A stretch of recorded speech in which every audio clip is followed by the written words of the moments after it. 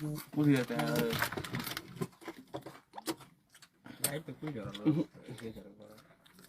खाता है रे दिन भर तुम लोग ये सब फालतू जत। चलिए नमस्ते प्रणाम सबके। नमस्ते प्रणाम। आप ये हमारे तिवारी जी हैं, म्यूजिक डायरेक्टर ही अब हो गए हैं, ये कंपोजर है। ये VR है, ये शुभम जी हैं कंपोजर जी, ये हम हैं, और इधर मेरा भाई है, इधर आओ यहाँ लगाओ। ये देखिए ये मनु है, ये भी बहुत अच्छा लिखता है। इससे भी आप लोग गाना बहुत सारा लिखवाइए, जितने भी हमारे भोजपुरी के लोग हैं सब लोग। ये शुभम जी क्या बोलेंगे आप? हिट है, अब बोलना क्या है। अब तो आप तो पहले से ही बोल रहे थे हिट है। हम लोग तो मान चुके थे कि हिट है। ये ओवर कॉन्फिडेंस नहीं था, ये हम लोग को विश्वास था। हाँ, अपने मेहनत पे विश्वास। और आप लोग ये साबित कर दिए, मात्र 5 मिनट में 50,000 व्यू आप लोग दिए हैं।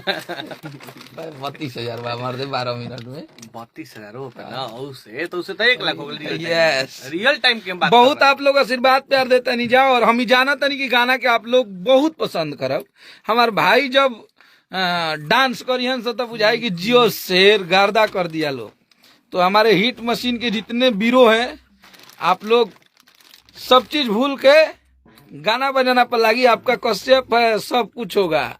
धीरे धीरे स्लोली बरसात के मजा लेवे के बाद गाना के एगो टुकड़ा रुआ सब सुनिए जब बीच में कि हाली अखिया बोलिए महादेव। दुअरिया रौरा भैनी हो। अभी 15 सेकंड के मजा आओ, मात्र 15 सेकंड की मजा बा। अभी 3-4 बहुत कुछ गाना में बा, और आप लोग के बड़ी मजा आई। निश्चित ही बा कि आप सबके बहुत मजा आवे वाला बा। और बरसात के मौसम बा, आनंद लेवे के बा। और सावन के गाना पर आप लोग धीरे धीरे ब्रेकिंग डांस, आप लोग एकदम धीरे धीरे डांस करब। हर तरह के आप सबके खुशी मिलत जाई, एक से बढ़ हाँ, एक से एक बढ़ के खुशी मिली। हर तरह से खुशी, गाना बजाना के भी मिली, बजाना के भी मिली, सब कुछ के मिलत जाई। ये हमारा भाई है VR, इसका भी इस बार सावन में दो गाना आ रहा है ना, 2 गाना आ रहा है, जो कि बहुत तगड़ा इन्होंने म्यूजिक किया है, VR वर्मा। और सबसे बड़ा चीज की छोटे छोटे भाई हैं, छोटे छोटे बच्चे हैं, इन लोग को आप लोग सपोर्ट करेंगे, आशीर्वाद देंगे तो इन लोगों का मनोबल और हौसला बढ़ेगा, और हमारी भोजपुरी इंडस्ट्री और तरक्की करेगी, ताकि ऐसे ही टैलेंटेड लोग अपना जलवा बिखेरे भोजपुरी में। हमनी के तो अब 10 साल 8 साल हो गए काम करता, तो वो आज तक आप सब उतने काम हमनी के काम के आशीर्वाद देता नहीं जाए, तो ये बहुत बढ़िया चीज बा।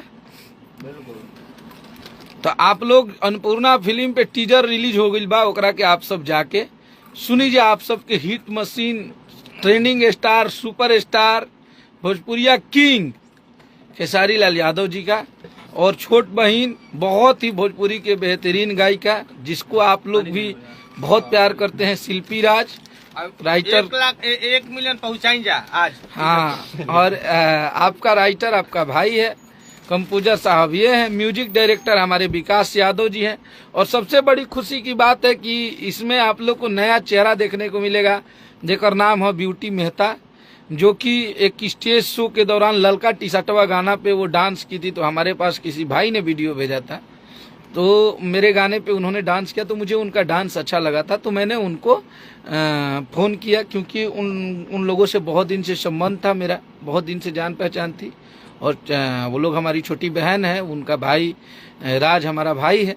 तो मैंने फ़ोन किया, बोला कि बाबू आप आके गाने में काम करो। और बैक टू बैक बहुत सारा गाना आप लोग देखो जा ब्यूटी के संगे, चांदनी के संगे। तो आप लोग पहले वाला यादें हुई कि कहियो हमरो गलिया हो, ए ललका टी-शर्टवा वाला। और पिछला साल एगो गाना हम निकाल रहे कि हे भोले बाबा वरदान चाहिती, एगो नारी एगो गाड़ी नोट छापे के मशीन। ये साल ट्रेंड करावत नहीं जाओ, और बड़ी वायरल है। इस साल भी बड़ी हमरा बुझाता कि घंटा के 40,000 50,000 चलता है, ये साल भी गाना। तो आप सब गाना के आप सब अपना हिट मशीन के इतना आशीर्वाद प्यार दे दी जा, इतना मोहब्बत दे दी जा, मोहब्बत से भर दी जा, जब तक जाके राके साइया मार सके ना कोई। भगवान जिसका बुरा ना करे उसका बुरा ना हो। बस आप लोग बस यही ध्यान में रखना है कि जब तक ऊपर वाला साथ है तो फिर क्या, किस बात का डर है। सब कि हमारे सर पे बाल कैसा लगा था।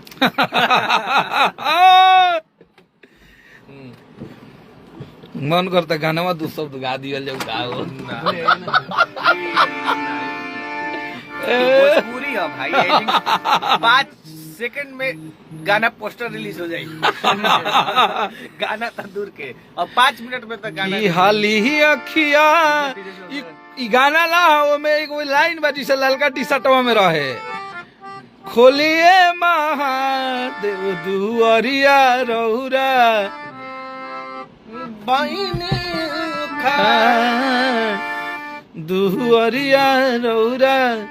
बहुत सारा गाना आप सबके हमरा लागत है कि 4 गो 5 गो गाना हमार अब की परी हिट मशीन के आवाज में आई, बहुत तगड़ा तगड़ा आई।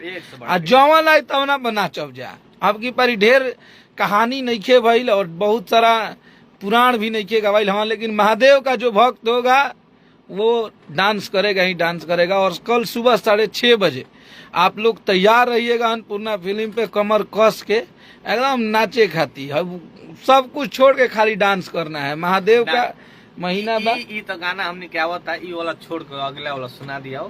पूछ लिया पैसा बिहार वाला कैसन बा आप सब बताइए।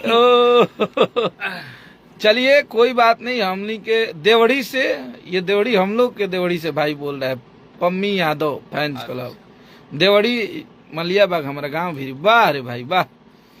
चलिए हमारे गांव क्षेत्र जवार के भाई भी हमारा लाइव देखते हैं और सबका अभिनंदन है आप लोग के कि आप लोग के खुशी बोला कि आप लोग के जवार के लड़का हमनी के बानी सन और हमनी के मेहनत करत हैं और आप सबके आशीर्वाद मिलता है। और खूब शेयर करी सबे, एक धूल उड़ा दीजिए सब हमारे भाई हिट मशीन के जितने शेयर हैं सबको इतना शेयर कर देना है ना कि हम लोग अपने काम से सबका जवाब देते हैं। हमें काम करने आता है, हमें अपने लोगों पे भरोसा है, अपने पब्लिक पे भरोसा है, हमें अपने काम पे भरोसा है कि मैं हर चीज का एगो कहावत बा ना कि हर चीज के जवाब अपना कर्म से और अपना काम से दिया जाला। तो बस आप लोग बेफिक्र होके काम के अपना एतू के आशीर्वाद प्यार दी जा। गाना के जो कि आयल बा ये मोर भोला गाना के टाइटल है और ये गाना बड़ी बढ़िया बा। हमारे भाई देखिए सब कमेंट कर रहे हैं, बहुत अच्छा लगेला, आप सबके मोहब्बत मिल जाला, आप सबके प्यार मिल जाला, तो ये लागेला कि हमनी के जीवन धन्य हो गई। आज हमनी के बहुत खुश बानी जा कि हमनी के ललका टी शर्टवा आज 100 मिलियन के क्लब में पहुंचल बा हमरा दोनों तीनों चैनल के मिला के। तो ये आप सबके मोहब्बत है, ये आप सबके प्रेम है कि हमनी के मेहनत के आप लोग आशीर्वाद दे दिला जाता। हमनी पे और हमारे जितने भाई लाइव देख रहे हैं, कल सुबह हमें जग जाना है। सुता ही के नहीं खे हमने के जब गाना रिलीज होला तो रात भर हमने के पकौड़ी खाइला जा, कुछ ना कुछ खाते जा, सुबह में चाय वो पी के गाना शेयर करके सुतीला सुत जा। जाइला आप जा। सब भी से रिक्वेस्ट बा कि सुता ही के नहीं खे गाना ना रौरा सब करवा दी। नहीं सकरा है हमार भाईयन के अच्छा, सूत सकरा जा है। दी। अच्छा, ठीक। 8-9 बजे सूती जाइए, अब भोरे भोरे 6 बजे जाग जाइए। बस आप सबके मोहब्बत मिलत रहे। विकास यादव देखिए, ये बहुत बढ़िया गाना आपके कंपनी के लिए भी लिखा है विकास यादव। बहुत अच्छा। बढ़िया लिखता है विकास। विकास भाई हमारे बहुत बेहतरीन कंपोजिशन भैया जी, सुप्रसिद्ध कंपोजर बड़े। अरे वाह, ये तो है ही, इसमें नो डाउट। बहुत लोग ऐसा मानन की काट काट के तुका मार देला, लेकिन हमारा भाई हमार ना न रहेला पंचवा। नहीं, देखिए ऐसा नहीं है, आप टैलेंटेड हैं बेशक, और ये सबके सामने बोल रहे हैं। आप में अगर लोग कहेलन कि अगर आप कंपोजर नहीं है, आप में टैलेंट है तबे आप कंपोजर है। हमरा के लोग चोर कहेला, बिल्कुल नहीं। हमरा में टैलेंट पे तबे न चोरियो कह के पढ़निहारे लइका चोरी करेलन। सही ध्यान में रखे के होई। जेकर गाना रहल हुए भुला जाला, ओकर ने पता चलला कि कहां से आइल। चलिए कोई बात नहीं, आप सबका आशीर्वाद। राजीव शर्मा हमारा भाई, हमारी मोहब्बत, हमारा शान। कॉल कर लीजिए उनको, देखिए बोल रहा है बाबा कॉल। बाबा कॉल मी। हाँ, राजीव जी लाइव हैं, अभी कर रहे हैं। हमारे टीम खेसारी के सबसे मजबूत सिपाही है मेरा भाई राजीव शर्मा, जिनका गायंती फिल्म है। इन पे भी खेसारी भैया के गाना बहुत तगड़ा काल हमनी के बनौले बनी जा भाई खाती, और बड़ी मजा आई आप सबके। हमारे भाई से भी गायंती फिल्म से भी गाना आ रहा है, तो एक तगड़ा आगाज करेंगे इस बार और मेहनत करेंगे। बस आप लोग आशीर्वाद प्यार बना के रखिए, आपसी भाईचारा बना रहे, गाना बजाना देखते रहिए। चलिए, हर हर महादेव, जय जय शिव शंभू।